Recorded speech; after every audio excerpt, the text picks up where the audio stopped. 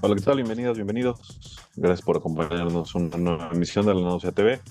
Bien, pues vamos a tocar los más recientes acontecimientos. El último programa que tuvimos oportunidad de grabar tuvo que ver evidentemente con el asunto más relevante para la política internacional en las últimas semanas, meses, quizá años, que tiene que ver con una nueva escalada en el conflicto, un conflicto permanente por otro lado entre Israel e Irán, pero bueno, vimos ciertos acontecimientos echarse a andar a partir de la madrugada del 14 de junio. Y bueno, desde que tuvimos oportunidad de tocarlo por primera ocasión con Jesús y con Rafa en ese momento, pues se dieron una serie de acontecimientos más que vale la pena que reseñemos, que toquemos y que, bueno, podamos analizar de nueva cuenta. Entonces, les agradezco al doctor David Misael Shalapastian, al doctor Jesús Medina y un servidor, el maestro Héctor Oz. Vamos a tocar este tema, tomando en cuenta los últimos acontecimientos, que, bueno, me permito describir brevemente para a partir de ello, pues, comenzar a analizarlos con los compañeros. Eh, Señalábamos en ese momento, hace 8 días, cómo precisamente se había intensificado la campaña de ataques, sobre todo por parte de Israel, o empezados por parte de Israel hacia el territorio iraní, atacando objetivos militares, también objetivos civiles, por más que se diga que no, asesinatos selectivos en términos de tocar a ciertas partes de la cúpula, tanto militar como científica iraní, junto con ataques a bases militares y sobre todo a estas famosas sitios de enriquecimiento de uranio que tiene que ver con el programa nuclear iraní, sobre el cual podremos debatir también. Más allá de eso, bueno, lo que pasó y que no pudimos tocar en ese momento fue evidentemente la participación de los Estados Unidos, la entrada de forma contundente de los Estados Unidos al conflicto, la madrugada del 21 de junio, si no tengo malas fechas, pero bueno, durante este fin de semana se dio un ataque ya por parte de los Estados Unidos directamente sobre las plantas de enriquecimiento de uranio, sobre las plantas del programa nuclear iraní, con esos famosos aviones B-52, aviones furtivos, etcétera, etcétera, y utilizando bombas pues de gran calado, ¿no? De gran magnitud, supuestamente con el objetivo de destruir por completo el programa nuclear. Sabemos que ese no fue el caso, podemos discutir un poquito cuál fue el impacto de esa intervención de los Estados Unidos. Y bueno, se anunciaba en ese momento que podría recrudecerse el conflicto, que podría llevarse a otro territorio. El día de hoy, por la mañana, 23 de junio, por la mañana, hora mexicana, Irán devuelve el golpe, aunque bueno, en una situación bastante contenida, atacando bases militares de los Estados Unidos en el territorio de Qatar. Y horas después de eso, bueno, Trump en su red social anuncia que se ha alcanzado un alto al fuego por parte tanto de Irán como de Israel y que en las próximas horas se estará poniendo en funcionamiento este plan de alto al fuego con objetivos pues a terminar, no vamos a decir que terminar la guerra, pero bueno, terminar este round, este momento del conflicto que ha durado 10, 12 días. Y a partir de ello, bueno, lo que nos interesa hacer aquí con los compañeros es un poco evaluar los acontecimientos de esta última semana, así como pues pensar un poco cuál es la perspectiva, cuáles son los escenarios para la región, pensar un poco en cómo queda precisamente establecido el balance de poderes en esa zona del mundo, que bueno, por años, por décadas, ha sido una de las más conflictivas del mundo y que sin duda, bueno, todo lo que ocurre ahí tiene repercusiones importantes para la política internacional. Entonces, sin más, le cedo la palabra a Jesús para algunos datos, algunos puntos que podamos ir analizando de un primer momento y nos arrancamos con ello. Claro, gracias, Héctor. Saludo a nuestro auditorio. Saludo, David. Sin lugar a dudas, los últimos días han sido muy interesantes en términos geopolíticos, en el desarrollo de este conflicto y en lo que yo podría denominar como una pantomima a partir de los ataques de Estados Unidos. ¿Por qué lo planteo así? Ya la semana pasada habíamos hablado de que Trump estaba básicamente siendo arrastrado a un conflicto armado de mayor escala por Netanyahu en particular, por estas ambiciones eh, geopolíticas también en la región de parte de Israel y de cierto grado de locura también de Netanyahu, hay que decirlo. Eh, y quisiera hacer, digamos, una rememoración general de todo lo que está pasando aquí, porque ya, digamos, corriendo los días, podemos hacer una imagen general que nos habla justamente del carácter hasta cierto punto performativo de este proceso, ¿no? Primero despista Trump, o al menos así lo quiere hacer pasar, diciendo que van a esperar 2 semanas para decidir si va a haber un ataque o no. Muchos lo veíamos en su momento como una forma de zafarse hasta cierto punto de la presión de Netanyahu, pero también otros lo planteaban como otro de estos acostumbrados motes de taco para Trump, ¿no? Que es Trump always chicken out, ¿no? Trump siempre se acobarda, digamos, siempre se echa para atrás, como lo hizo con las tarifas, con los aranceles a China, como lo hizo con algunas otras cuestiones en el caso de Ucrania con Rusia. Putin, a su vez, advirtió sobre la importancia de que no atacaran plantas nucleares en Irán, como previendo, digamos, que algo iba a pasar más allá de esta llamada, se supone, a la paz por parte de, de Trump, o más bien esta llamada a esperar 2 semanas. Y bueno, la tarde, noche del sábado aquí en México, pues llegan la información de este supuesto ataque de Estados Unidos con bombas GBU-57 antibúnkers en Fordow, aparte también en Natanz, también en Isfahán. Lo cierto es que Estados Unidos no espera ni siquiera a tener las evidencias de cuál fue el grado del ataque, lo aclaran como un duro ataque, un duro golpe a Irán y como, digamos, una victoria total, ¿no? Irán demerita el ataque, mencionando que los materiales, personal de las zonas ya habían sido evacuados, y hoy en la mañana empieza a fluir la información. ¿Y cuál es? Trump básicamente avisa a Irán dónde va a atacar, cuándo va a atacar y cómo lo va a hacer. Irán retrae, digamos, todas sus defensas para que puedan llegar los ataques directamente a las posiciones. Y más importante aún, hay evidencias ya por medio de trabajos de satélite, que desde el jueves Irán ya estaba sacando a su personal y su equipo de las posiciones, y en particular en Fordow, que es, digamos, la planta más importante de enriquecimiento de uranio, la más importante, llevaron incluso maquinaria y material para tapar los túneles, que fue lo que básicamente terminó atacando a Estados Unidos. Es decir, que ni siquiera podemos hablar de que lograron destruir los túneles de acceso a la planta, ya no digamos como tal de adentro.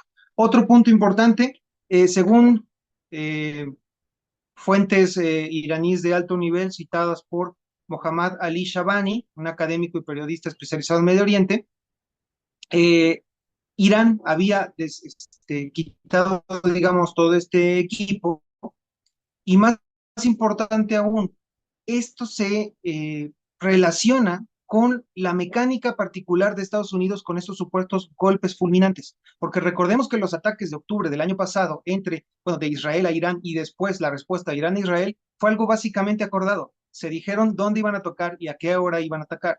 Son puestas en escena básicamente para sus propias poblaciones y justificar, digamos, que no se están quedando con los brazos cruzados. ¿A qué nivel será esta pantomima que algunas fuentes mencionan que ni siquiera se enviaron los B-2? Los B-2 ni siquiera entraron a espacio aéreo iraní, dado que la inteligencia refleja que no hay evidencias de esto, más allá de que evidentemente sean bombarderos furtivos. Y más importante aún, algunos especialistas en temas de artillería, de misilística, etcétera, informan que, según las imágenes que están saliendo hasta ahora de los ataques en Fordow, en Isfahán y en Natanz, no fueron atacados con GBU-57, fueron atacados con Tomahawks, es decir, fueron enviados desde submarinos en las costas de Irán, ni siquiera entraron en juego los tan aclamados B-2, ¿no? En respuesta a esto, Irán amenaza con cerrar el estrecho de Hormuz. Eh, Falta que el ayatollah lo decidiera así, hasta ahora no lo ha autorizado, y realiza un nuevo ataque con misiles a Tel Aviv y Haifa, generando nuevamente una grave afectación al país. Y por último, como cereza en el pastel, lo que mencionaba Héctor, Irán ataca una base estadounidense en Qatar, presumiblemente, y se le avisó a Estados Unidos también cuándo iba a atacar y cómo lo iba a hacer y dónde lo iba a hacer. No hay afectaciones ni pérdida de vidas al parecer. Y finalmente Trump sale a decir que no quiere que se continúe la guerra, llama al diálogo. Más importante aún, la Unión Europea cambia su discurso. Hace una semana nos decían que Israel eran unos héroes porque se estaban haciendo el trabajo sucio con Irán y que tenían todo el derecho a defenderse, y ahora salen a decir que Netanyahu tiene que dar la cara por la escalada que él provocó. Todo va cayendo, todas las piezas se van acomodando. ¿Para qué? Para orillar a Netanyahu a aceptar justamente lo que Trump ya está avisando, y eso es que hay una tregua, que hay ya un acuerdo entre Irán e Israel, con la mediación evidentemente de Estados Unidos, para que esto se quede en lo que ahora Trump bautizó como la Guerra de los 12 días. Entonces, esta es toda la puesta en escena que se armó. Esto no quiere decir, evidentemente, como algunos conspiranoicos, que las élites conspiren para mantenernos en un estado. No, no, no. Lo que estamos diciendo es que la locura que Netanyahu inició tratando de presionar a Trump para entrar en la guerra, con ayuda del lobby sionista, con ayuda de los neoconservadores en Estados Unidos, fue resuelto por Trump, a quien aquí hemos criticado hasta el cansancio, pero que Trump manejó y sorteó, sinceramente, como un especialista, porque logró salirse con la suya y ofrecerle a todas las partes una salida tranquila en la que parece ser que nadie pierde, pero sí pierde alguien y con eso terminaría.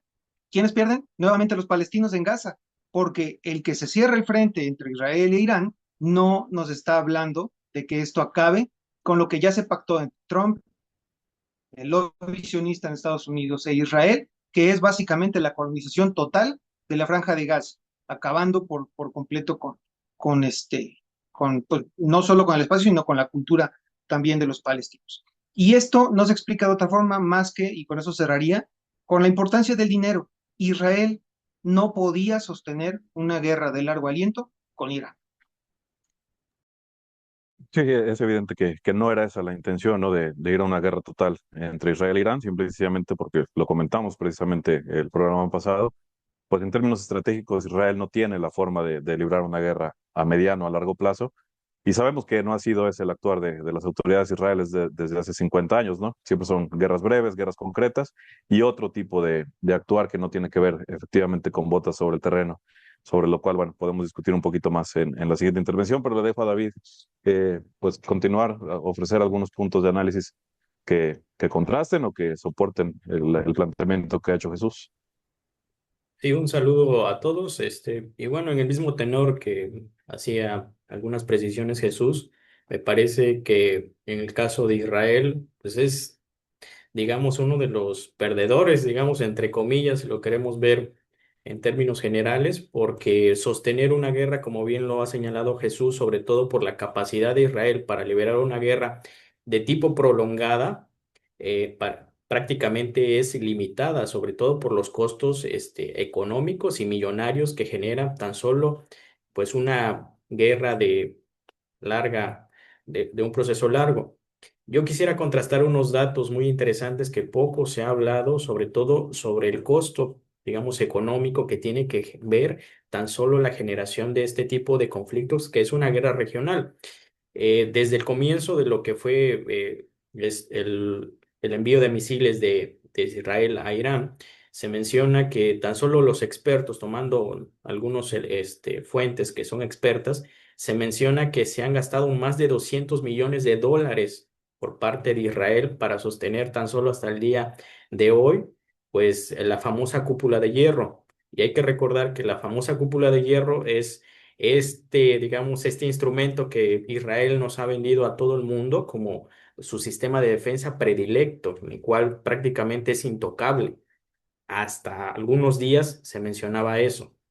Y es tanto el costo que en el caso de Israel es insostenible. Tan solo las municiones y aviones aumentan el costo de la guerra. Y se menciona que hasta el día de hoy las estimaciones que se están manejando en términos ya concretos ascienden a casi por lo menos 400.000 millones de dólares. Tan solo en digamos, en cortos días.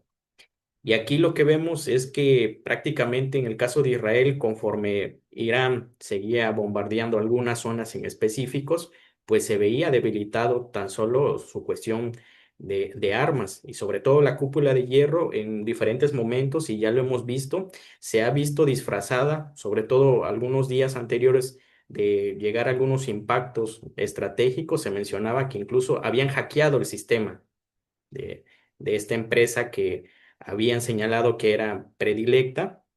Y también hay que mencionar que muchos de estos gastos militares, pues para Israel era insostenible. Por eso también eh, se menciona que tan solo una cosa es la parte militar y luego el proceso de reconstrucción, que va a ser todavía aún más complejo. O sea, Una cosa es ya la cuestión militar y luego reconstruir todo lo que se ha dañado y se menciona que tan solo se hablan de 12.000 millones todavía para estos espacios donde están destruidos.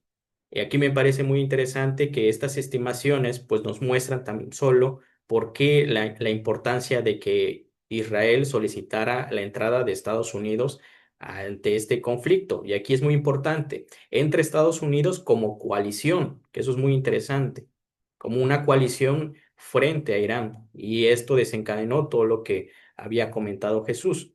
En este mismo tenor, pues la misma economía de Israel, hay que recordar que ya había sostenido en diferentes frentes, este, por la cuestión militar, algunas situaciones que eran poco viables para la prolongación del mismo conflicto que ya se estaba viendo en Israel.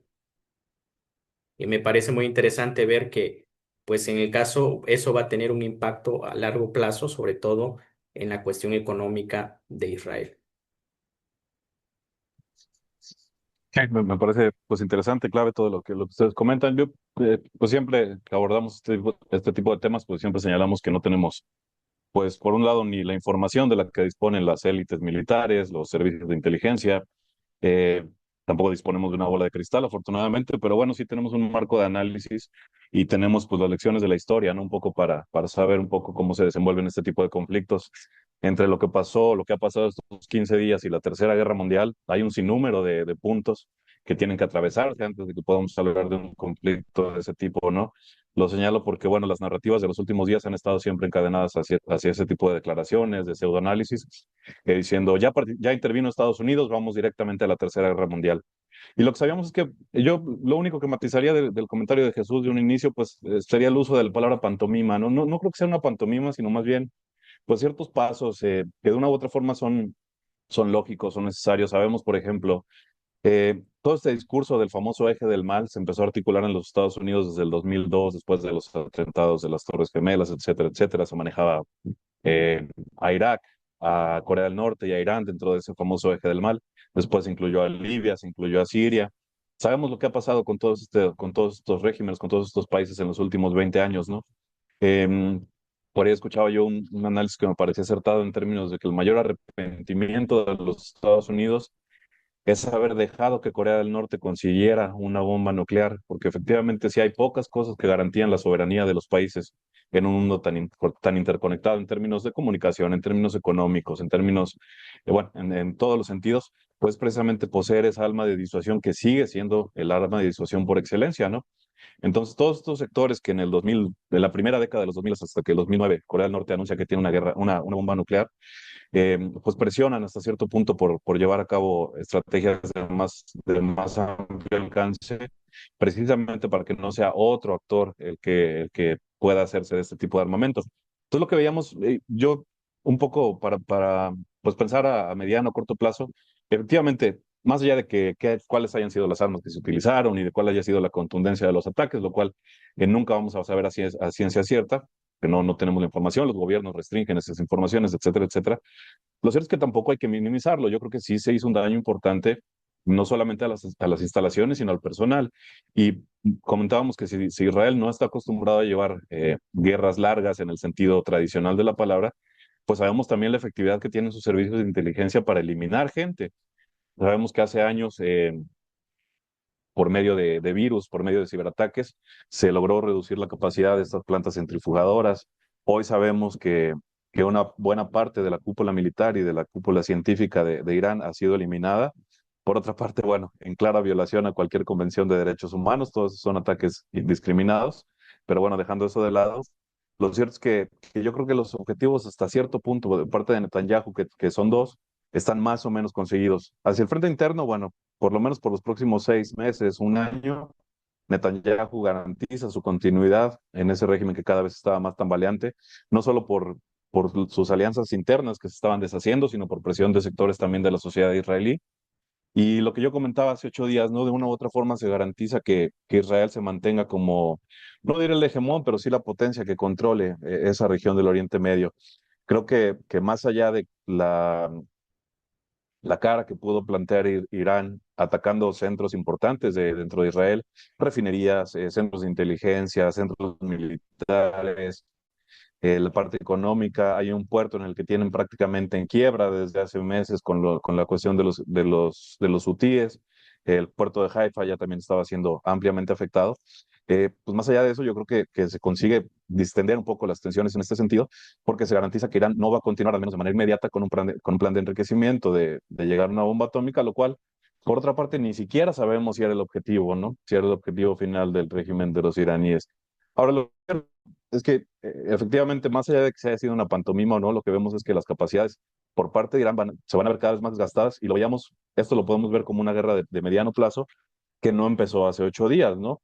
Empezó precisamente con el ataque a sus grupos proxies, a Hezbollah, que está prácticamente descabezada, lo que pasó después en Siria, y bueno, la consecuencia inevitablemente más lamentable de todo esto es efectivamente el menor apoyo, si es que podemos hablar de que alguna vez lo tuvo, para la población palestina, ¿no? Yo creo que a partir de ahora vamos a ver cómo se recrudece esa presión sobre lo que queda de la Franja de Gaza.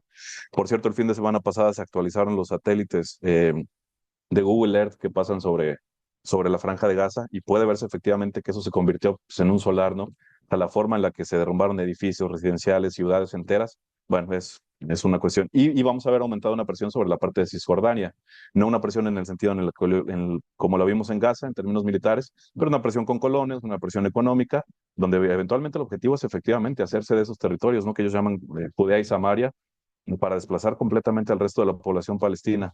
No sé si podemos llevar el análisis un poco más hacia, pues, hacia el nivel global, hacia las implicaciones o algún otro tema que pudiéramos tocar, Jesús.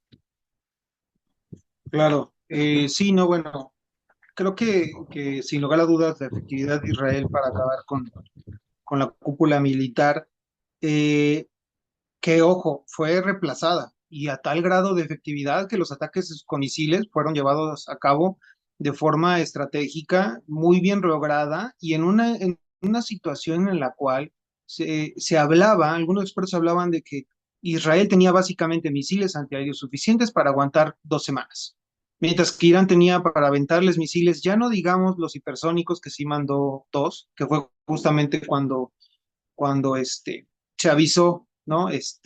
Que en la noche la historia iba a cambiar del todo. Muchos pensaron que iba a ser ya como tal una bomba atómica. No, fueron dos misiles hipersónicos que siempre se presumió que Irán no tenía misiles hipersónicos, que evidentemente dejaron muy mal a la cúpula de hierro.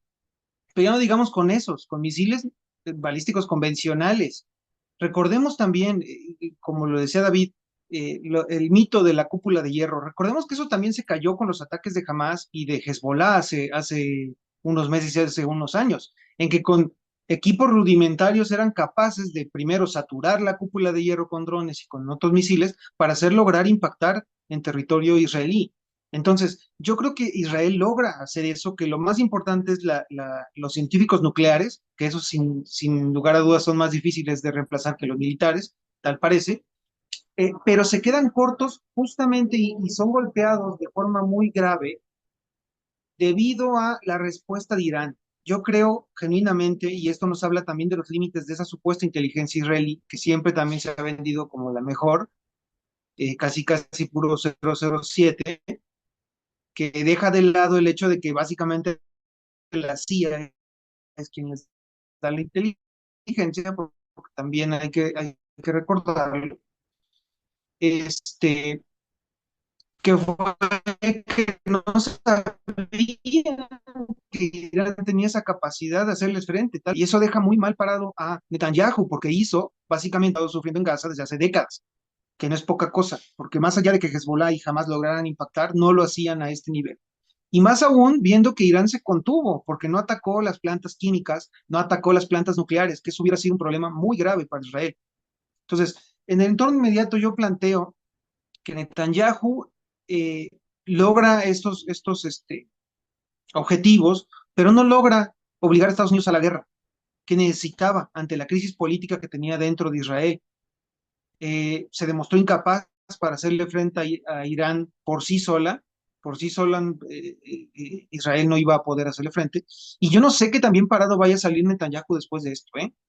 Sinceramente, políticamente creo que se está acabando cada vez más su vida dentro del gobierno israelí, ya muy larga, por cierto, por ser la única democracia en Medio Oriente, este, se ve muy afectada. Irán, por otro lado, más allá de los golpes evidentes que se lleva, yo considero que es el que menos pierde, porque su programa nuclear no está acabado.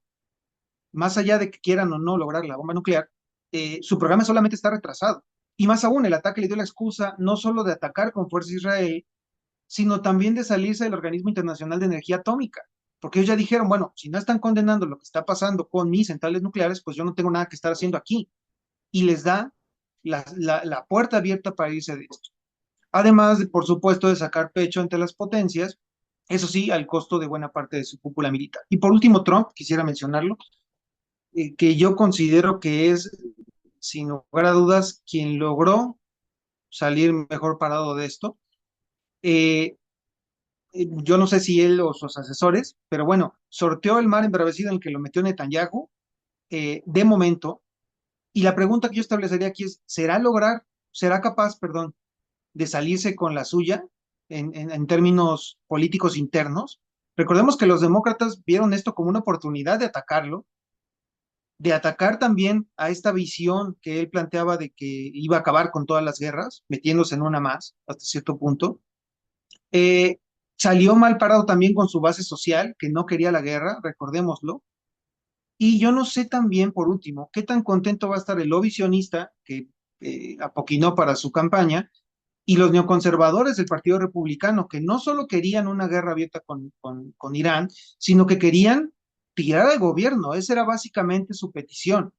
Y poner al nieto del Shah, que ahora se vino a poner como el heredero al trono, que creo que es el que sale más mal parado, porque de ser un desconocido por completo y haber tenido sus 5 minutos de fama queriendo ser el líder de la revolución, pues ahora va a volver a donde estaba, que era donde nadie lo ve ni lo toma en serio políticamente, ¿no? Entonces, bueno, creo que sin lugar a dudas los siguientes días van a ser importantes, saber cómo logran estructurar ese plan de paz en el cual yo considero que Irán no va a llegar tan desarmado. O sea, ellos ya lo habían dicho, estamos dispuestos a hablar sobre nuestro programa nuclear, pero no vamos a aceptar que nos impidan seguir enriqueciendo materiales atómicos para uso civil, por supuesto, que es hasta donde lo han plantado. Sí, sí, yo de acuerdo en general, David.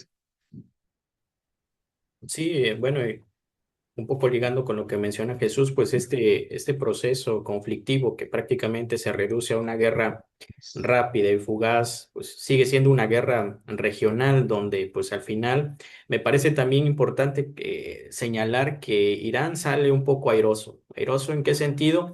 Aunque si bien es cierto los proxies que han estado muy ligados con Irán, pues algunos en apariencia podríamos decir ya están disminuidos, ya están apaciguados. No, hay que recordar, por ejemplo, lo que está pasando en la Franja de Gaza.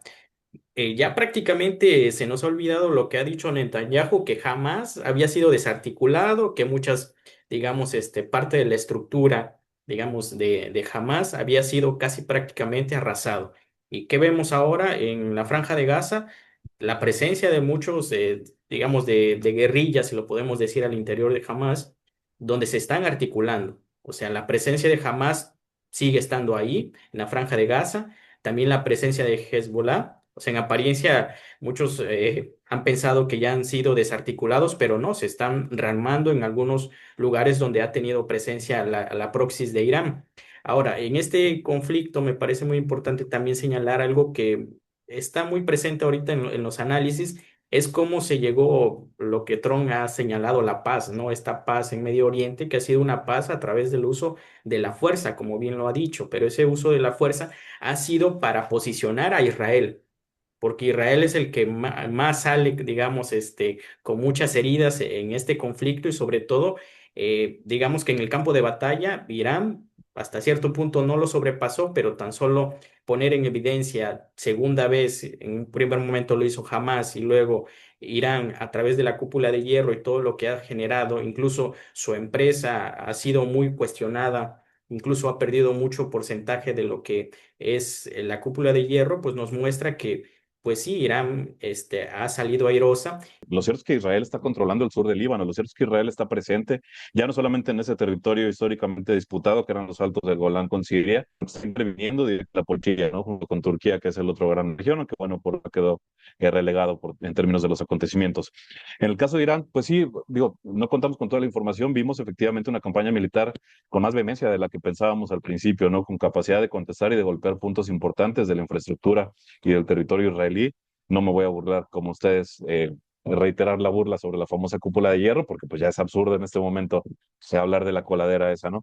Pero efectivamente, yo creo que en términos internos, más allá de que esta contestación pues recuerda mucho a la del 2020, ¿no? Que se articuló en torno después del asesinato de Soleimani por parte de Trump también, por cierto. Lo que está en la balanza siempre va a ser esa disputa interna en términos, sobre todo, lo pienso en términos económicos, ¿no?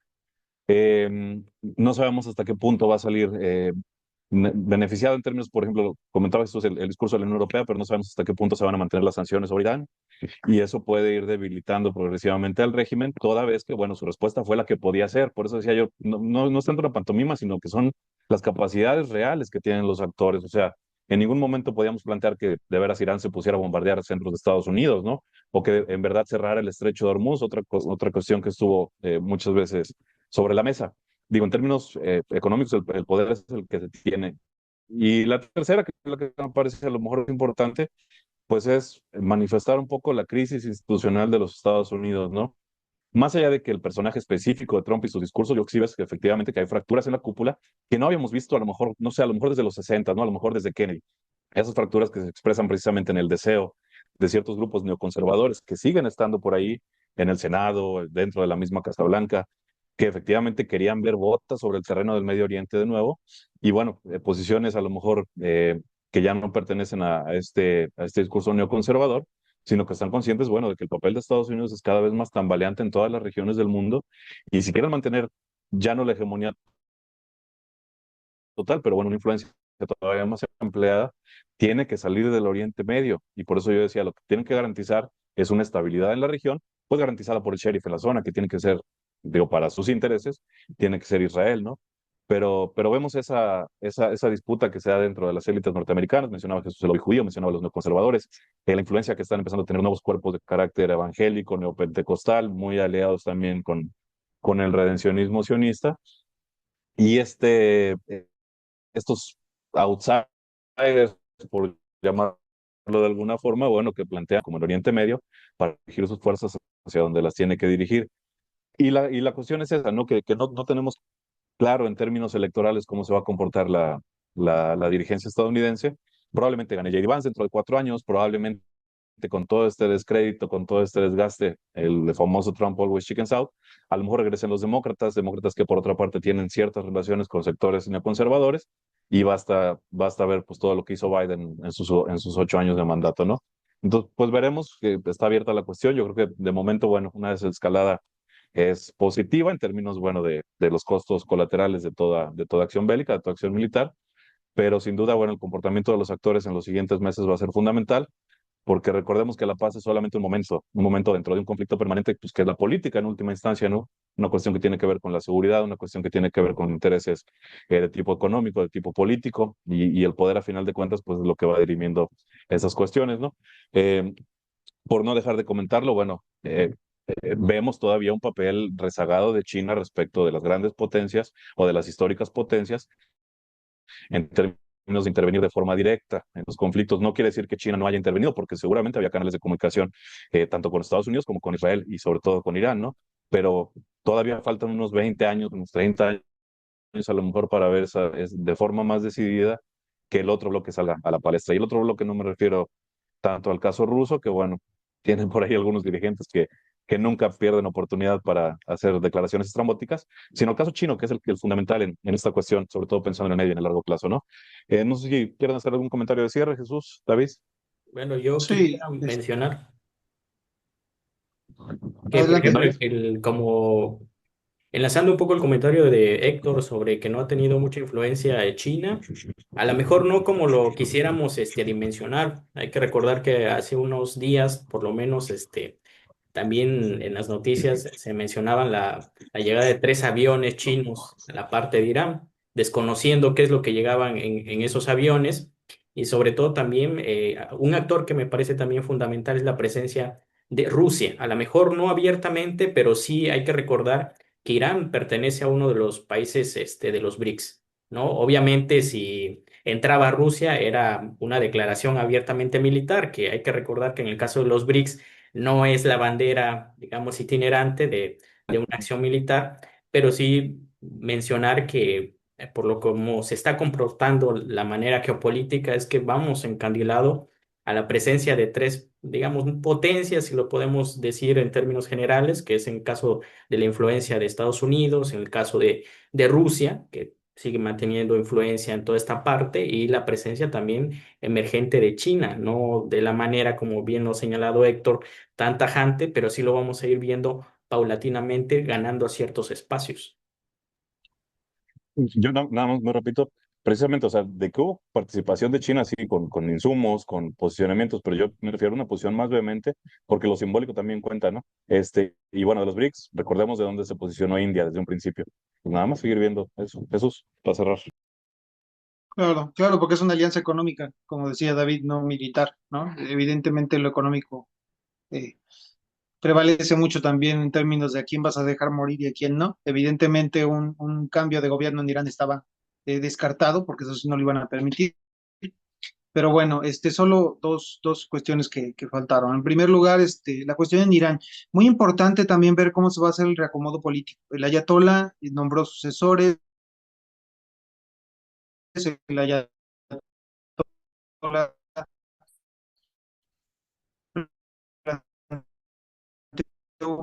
pues bueno, políticos religiosos en el país, porque había quien lo sustituyera, pero más importante aún, el papel de el presidente Masud Pezeshkian, que fue básicamente borrado en todo este proceso. No se vio, no habló, no tuvo una importancia tal como si la tuvo a Basarachi, que fue quien llevó como tal todas las pláticas, tanto con el G3 como con Vladimir Putin y con una vehemencia mejor que la del presidente. Entonces yo creo que esto también va a tener importantes implicaciones políticas al interior de Irán. Y bueno, ya para finalizar, claro, en este espacio evidentemente celebramos este tipo de acuerdos en términos de pues, los costos de parecer que yo quisiera que el conflicto hubiera continuado. Me refiero justamente a que estos planes, estas salidas pactadas, estas comparsas bien estructuradas por parte de Estados Unidos han sido históricas. El punto es que ahora con Trump son evidentes. O sea, no hay que buscar los archivos desclasificados de la CIA dentro de 50 años, como en muchos casos sí lo hicimos con el caso de Cuba, con el caso de Rusia, etcétera, de la URSS, perdón. No, aquí está a todas luces. Aquí el plan que sesudamente pensaron y que le salió, sale a los 3 días a la luz. Eso es a lo que me refiero con la pantomima, porque es un plan orquestado que no hay que rascarle mucho para ver los hilos. Entonces, eso es más que nada, ¿no? Pero bueno, sin lugar a dudas, esperemos que esto también conlleve un poco a más estabilidad en la región, que para los palestinos yo dudo que se hace. No, para nadie. Y sí, de acuerdo, las formas son muy distintas. Dan oportunidad también de hacer otro tipo de análisis. Y sí, yo lo que diría es eso, que son más allá de pantomima, ¿no? Son salidas parciales, que lo que hacen es prolongar este conflicto. Y pues acaba el caso de China, ¿no? Conflicto que no se va a resolver bajo ninguna forma hasta que haya otros actores involucrados, actores de mayor peso en términos económicos, sobre todo políticos, porque sabemos cuáles son los intereses del todavía hegemón mundial. Sabemos que no va a dejar caer Israel. Muy interesante lo que comentas sobre la política interior iraní. Veremos cómo se recompone la Guardia Revolucionaria, porque estuvo tocada también en sus élites. Si el presidente está borrado es porque no forma parte de ese grupo compacto de la Guardia Revolucionaria, ¿no? No es el caso, por ejemplo, de Ahmadinejad hace 10, 15 años. Pero pues veremos todo eso, cómo se va resolviendo, ¿no? Si se fortalece la figura de la Guardia Revolucionaria o si al contrario empieza a ser minada la hegemonía que mantiene hacia el interior de Irán. Son procesos interesantes sobre los cuales, bueno, perdemos el ojo porque pues, no estamos tan informados de la región, ¿no? O no es algo que salga en medios cotidianamente, pero sin duda va a determinar los próximos 10, 15 años de la siguiente etapa del conflicto, ¿no? Pero bueno, quisimos actualizar con los compañeros, con quienes nos hace el favor de verlos, esta última semana, matizar todos los discursos que se dan en la prensa internacional y por parte de algunos analistas que se van al clickbait y a lo inmediato, hacer como siempre un recorrido teóricamente guiado, históricamente situado de los acontecimientos, poco de perspectiva, no con afán de adivinar el futuro, sino simplemente de poner algunos puntos para el análisis que consideramos relevantes. Entonces, bueno, sin más, gracias a David, gracias a Jesús, gracias a quienes nos acompañaron y pues como siempre pedirles el apoyo ahí al contenido del canal, la suscripción, compartir el contenido, dejar por ahí algún comentario y nos encontramos por aquí próximamente. Gracias a todos, buena tarde.